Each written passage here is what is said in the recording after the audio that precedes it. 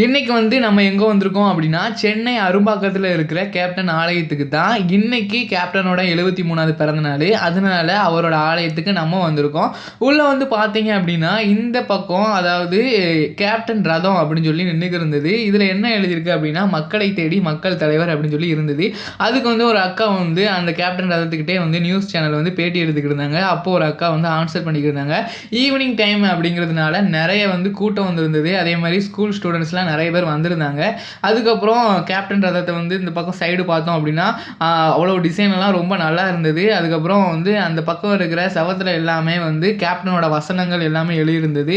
இந்த நாட்டோட தலையெழுத்தை மாற்ற சக்தி வந்து பெண்கள் கையில் இருக்குது அப்படின்னு சொல்லியிருந்தாங்க. அதே மாதிரி பெண்கள் இந்த நாட்டின் கண்கள், இல்லைன்னு வர்றவங்களுக்கு இல்லைன்னு சொல்லிடாதீங்க, இந்த மக்களோட பசி என்னன்னு எனக்கு தெரியும்டா அப்படின்னு கேப்டன் சொன்ன எல்லா வசனங்களுமே எழுதியிருந்தது. இப்போ நம்ம எங்கே போகிறோம் அப்படின்னா கேப்டன் நுழைவாயிலிருந்து அப்படியே கேப்டன் ஆலயத்துக்கு தான் போகிறோம்.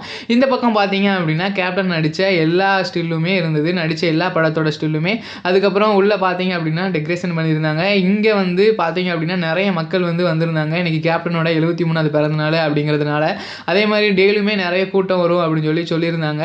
அதே மாதிரி இங்கே பார்த்தோம் அப்படின்னா கேப்டனுக்கு வந்து 3 ஃபோட்டோ இருக்கும். சென்டரில் ஒரு ஃபோட்டோ, அதுக்கப்புறம் இந்த பக்கம் 2 ஃபோட்டோ. இந்த ஃபோட்டோ அதே மாதிரி இங்கே வந்து சின்ன ஒரு சிலை மாதிரி வச்சுருந்தாங்க, கேப்டனோட சிலை.